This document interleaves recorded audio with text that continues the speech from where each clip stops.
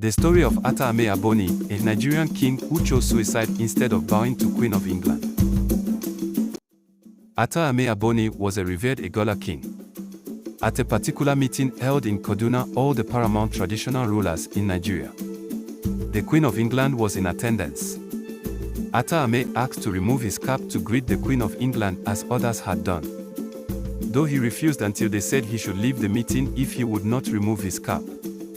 But Ata was not like others, or was he? It was taboo for Ata to remove his cap in the public. The entire hall where they were staying was occupied by a swarm of bees emanating from the cap of Ata Ame Aboni, which he removed to greet the Queen. The Queen of England, as well as other rulers in the meeting, ran helter-skelter except the friendly Oba of Benin, who was asked by Ata Ame to go out before he removed his cap. The hall became empty as stung by the bees, and the meeting ended. According to history, Ata Ame Aboni was asked to be arrested and handcuffed by the security people, which they did, but the handcuffs fell off his hands.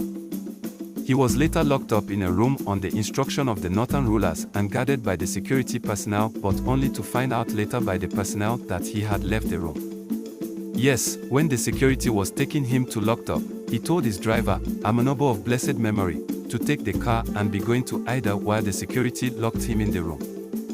He then warned Amanobo not to look back until he felt a cool breeze in the car.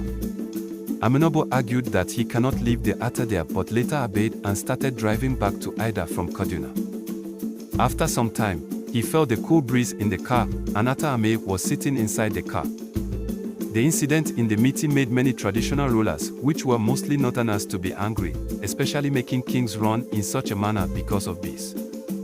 This became one important sin, and it was like one sin too many.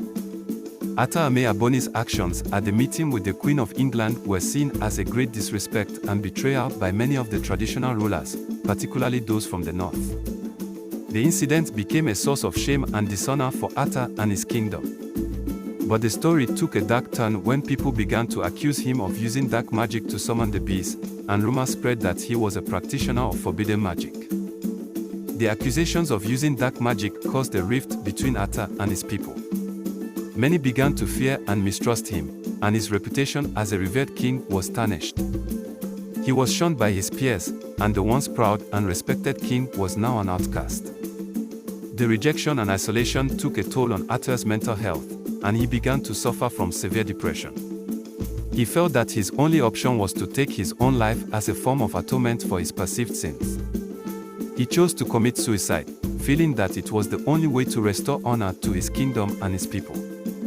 The news of his death spread quickly, and many were shocked and saddened by the loss of their once beloved king.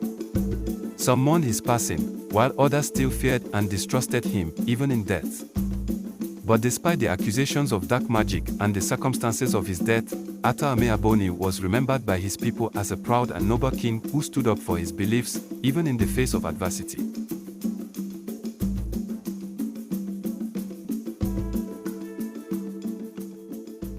African Story